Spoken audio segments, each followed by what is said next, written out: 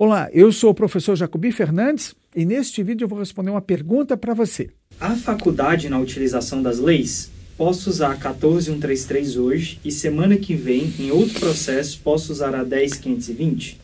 Se eu usar a 14133 hoje, depois posso voltar para a 8666? Ótima pergunta. E por que está ocorrendo dúvidas? Porque algumas pessoas estão colocando uma ideia simples. Não usa 14133. Eu tenho dito, use a 14133 já especialmente na parte de contratações diretas. Ou seja, hoje eu faço um contrato por emergência. Já posso fazer pela nova lei. Vou fazer uma dispensa em razão do valor, que o valor é bem mais alto do que na 8666 de 1993. Perfeito. Mas na manhã seguinte, eu resolvo fazer uma concorrência.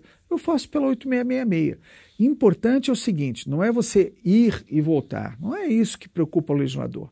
O que preocupa o legislador, e ele veda a você, é começar com uma lei, um processo, e no meio do processo você mudar para outra lei. Um exemplo, eu estou fazendo aqui uma licitação pela 8666. E você sabe que a maior parte dos contratos agora não tem mais prazo. Aí eu me jogo para a lei 14133. Aquele contrato pode ter prazo maior do que os 5 anos. Então eu jogo para lá, não pode. Começou numa lei, continua numa lei. Por isso, preste bem atenção numa coisa que eu também repito e está errado. Tecnicamente está errado. Nós todos dizemos assim, essa lei vai sobreviver só por 2 anos, a 8666. Não é verdade, porque se você fizer uma licitação agora de serviços contínuos, eles vão durar 5 anos. E você vai continuar aplicando a 8666 no contrato por mais 5 anos. Então guarde a sua lei 8666 porque ela ainda tem uma sobrevida bastante longa, tá certo? Você pode mudar sim. Vou para a lei nova, vou para a lei velha, não tem nenhum problema. Agora, no processo, não pode mudar. É um pecado capital você começar uma licitação por uma lei e mudar do contrato para outra, tá bom? Professor, posso migrar de um procedimento, mesmo objeto e dotação orçamentária, já realizado baseado no artigo 24 da 8666 para o artigo 75 da 14133 dentro do mesmo exercício financeiro? Essa pergunta é diferente das outras e é um pouco mais complexa. Vou explicar para vocês todos. Olha só, na lei 8666 nós temos 2 limites de valor. Para obras e serviços de engenharia, artigo 24, inciso 1. E para compras e demais serviços, o artigo 24, inciso 2. Pois muito bem. Na ordem de R$ 33 mil reais e 17.600, 700, né? Na ordem desses valores. Na nova lei de licitações, esses valores passaram a ser obras e serviços de engenharia, R$ 100 mil reais, e compras e demais serviços, ficou R$ 50 mil reais. Então, naturalmente, todos querem passar para o novo regime. Nós temos um problema. Qual é o problema? A lei vigora para um processo. Significa o seguinte, se você abriu, por exemplo, um processo, manutenção de elevadores, que lá na lei de licitações 8666 o valor era 33 mil, vou imaginar que você estivesse pagando R$ 1.200 por mês, tá? Manutenção dos elevadores, do seu órgão. Ok. Eu posso passar para a nova lei? No processo, não. Compreende? Eu sei que é difícil entender isso, mas se você iniciou um processo, manutenção de elevadores, com base na 8666, é com base na 8666 até o final. Você não pode pegar esse processo no meio e dizer assim, aumentou o valor. Não, não aumentou o valor. Mudou toda a regência. É como se você tivesse ido morar em outro lugar. Você está morando num apartamento e vai morar numa casa. Então você tomou aquela decisão no começo do processo. Mas eu não sabia que a nova lei viria. Ok. Você está fazendo isso? Ok. Agora eu posso hoje abrir um outro processo, manutenção de elevadores. Você abriu lá, você está naquele limite. Ok. Eu encerro aquele processo de dispensa, começo outro e aqui o valor é 100 mil. Eu vou ter que computar aqueles valores anteriores, ainda não tem posição sobre isso. Por cautela, eu sugiro, se você já gastou lá 20 mil, considere aqui que você só tem 80 para gastar. Então vamos lá. Toda vez que você começar um processo por dispensa de licitação, você vai indicar qual o valor que você está usando. Por exemplo, eu colocaria a seguinte ideia. Eu tenho um processo de manutenção de elevadores lá, 33 mil. E eu tenho um processo aqui de aparelhos de ar-condicionado. Reforma, instalação, tudo junto. Ok, nesse aqui eu vou para 100 mil. Comecei na nova lei, outro objeto. Ok? Então, para você ficar bem seguro, como é que nós vamos trabalhar? Com uma regrinha que está no artigo 75, parágrafo 1º. Qual é essa regra? É como você computa esse valor. O que ele diz? Ele diz que é exercício financeiro. Quem perguntou já sabia, é exercício financeiro. Mas ali tem o segundo elemento, objeto de mesma natureza, do mesmo ramo de atividade. Então, na minha sugestão, esqueça essa manutenção de elevadores, continue na 8666, é o caminho mais seguro. As novas obras, serviços e especialmente manutenção de veículos, eu faria com base na nova lei, tá certo? Se você não gastou nada lá, ótimo, maravilha, começa agora. Se já gastou, aí vai continuar com aquele processo anterior que está lá. É mais seguro trabalhar assim, tá bom? Vamos a outra pergunta. Não sou especialista em licitações. No entanto, pelo destino, vim parar nesse mundo que estou achando fantástico. Além, claro, de cursos em licitações, qual você me indica? Já tenho um bacharel em serviço social. Então você é formado em ciências sociais. Não é formado em direito, não é formado em administração, não é formado em engenharia. E como é que você vai trabalhar com essa nova lei de licitações ou com a lei anterior? E primeiro ponto, você está motivado, você já falou que é um universo maravilhoso, né, que você está vivendo. E esse é o ponto mais importante. Se você está motivado, primeiro passo você já deu na direção certa. Segundo passo, eu recomendo que, para utilizar a 8666, aplicar a lei, eu recomendo que seja um elemento de nível superior, com formação em nível superior. Por quê? Porque o curso superior ele tem uma base que é comum a todas as ciências, é o basicão de todo o curso superior. Tanto que quando a gente vai mudar de curso, a gente sempre aproveita aquelas cadeiras básicas, não é verdade? Então veja só, primeiro, algumas regrinhas para você ser realmente muito bom no que faz. Primeiro, você tem conhecimento de ciências sociais e você sempre tem que considerar que a sua formação profissional é uma vantagem sobre os outros. O que significa isso? Você já viu como é que as ciências sociais estão tratando a 8666? A nova lei 14.133, emprego de mão de obra local, artigo 12 da lei 8666. Isso é ciência social aplicada. Por exemplo, pessoas vítimas de violência doméstica. Está na nova lei. O contratado utilizar mão de obra de presidiário. Olha o problema social que você tem aí. Quais são os crimes que você aceita ali dentro da organização? Crimes hediondos não pode, certo? Ok. E outros? Crimes contra os costumes. Ok. Você vai aceitar um homicida, um latrocida, um estuprador? Então, a sua ciência tem muito a contribuir. Pense sempre o primeiro pé da segurança, ok?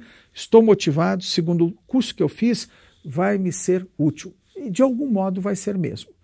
Terceiro ponto, leia a lei de ponta a ponta. Eu faço congressos por aí, eu tenho mais de 1.150 cursos ministrados no Brasil, com média de carga horária de 8 horas.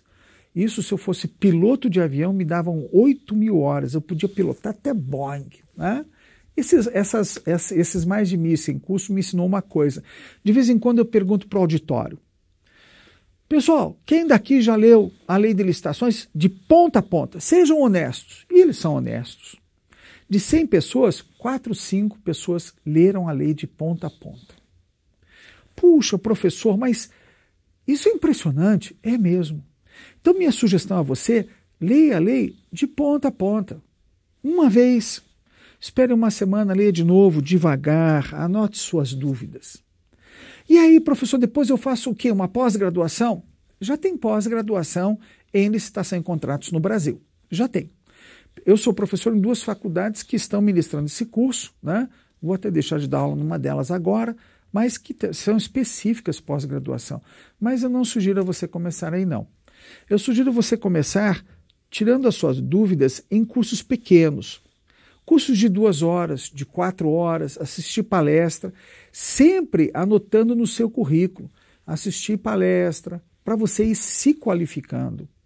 Porque às vezes, por exemplo, a sua dúvida é sobre contratação direta. Eu tenho um curso sobre contratação direta sem licitação, contratação de notórios especialistas. Já está com base na nova lei de licitações.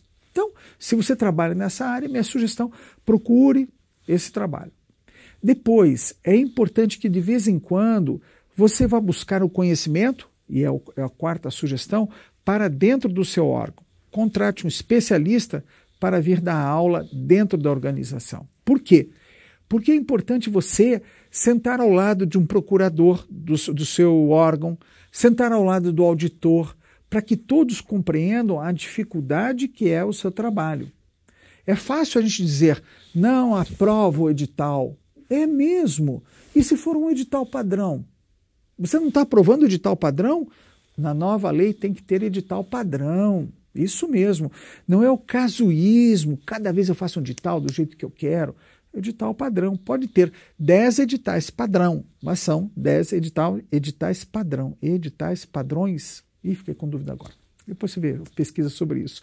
Então veja só, qual é a ideia básica? É que você tenha esse trabalho. E não esqueça de ler o artigo 172. O artigo 172 diz que as escolas de contas vão qualificar você, tá bom? Essas são as minhas dicas para quem lida com licitações e contratos, está iniciando agora ou não tem a formação específica da área, que ninguém já disse qual é a formação específica que tem que ter, tá bom? Felizmente ninguém disse e nós temos muitas áreas, muitas disciplinas interagindo. Vamos à próxima pergunta? A qualificação se aplica à fase interna e externa de licitação? Então, veja só, o tema é tratado no artigo 7º da nova lei, a Lei 14.133. Estou com uma impressão dessa lei na mão e vou ler para você, acompanhe o raciocínio. Artigo 7º. Caberá à autoridade máxima do órgão ou da entidade, ou quem as normas de organização administrativa indicarem, promover gestão por competências e designar agentes públicos para o desempenho das funções essenciais à execução desta lei, que preencham os seguintes requisitos. Sejam preferencialmente servidor efetivo ou empregado público dos quadros permanentes da administração pública. E inciso 2. Tenham atribuições relacionadas a licitações e contratos ou possuam formação compatível ou qualificação atestada por certificação profissional emitida por escola de governo criada e mantida pelo poder público. Note que o inciso 2 ele trata de 3 ideias. Primeira, tenho atribuições relacionadas a licitações e contratos, então ele já tem as atribuições relacionadas a essa área. 2, possuam formação compatível. 3, qualificação atestada. Então são 3 coisas que a lei define, e define com o no meio, né? Ou. Pois muito bem. Agora, quem é que detém a competência específica? São os agentes da licitação, que estão conceituados em outro inciso que eu vou ler para você agora. Artigo 6º, inciso 60. LX, né? 60. Agente de contratação. Pessoa designada pela autoridade competente entre servidores efetivos ou empregados públicos dos quadros permanentes da administração pública para tomar decisões, acompanhar o trâmite da licitação, dar impulso ao procedimento licitatório e executar quaisquer outras atividades necessárias ao bom andamento do certame até a homologação. Então, a sua pergunta é essa. Veja, o que faz essa pessoa? Tem que ter qualificação? Sim, a ideia é que essa pessoa tem que ter qualificação. Tanto para iniciar o procedimento lá atrás, documento de formalização da demanda. Esse fica nos órgãos de origem. É o diretor do hospital. Ele diz, eu quero 2 respiradores, eu quero um equipamento de raio-x. Solta isso. Soltou.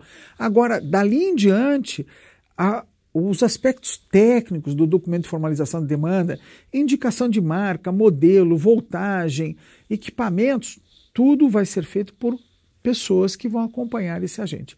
E esse agente da contratação, então, agora na nova lei, ele tem nome e efetivamente para atuar em todas essas fases é necessário que ele seja nomeado e que seja avaliado por gestão de competências. Tá certo? Muito bem. Eu sou o professor Jacobi Fernandes e em breve estaremos gravando outros vídeos para você.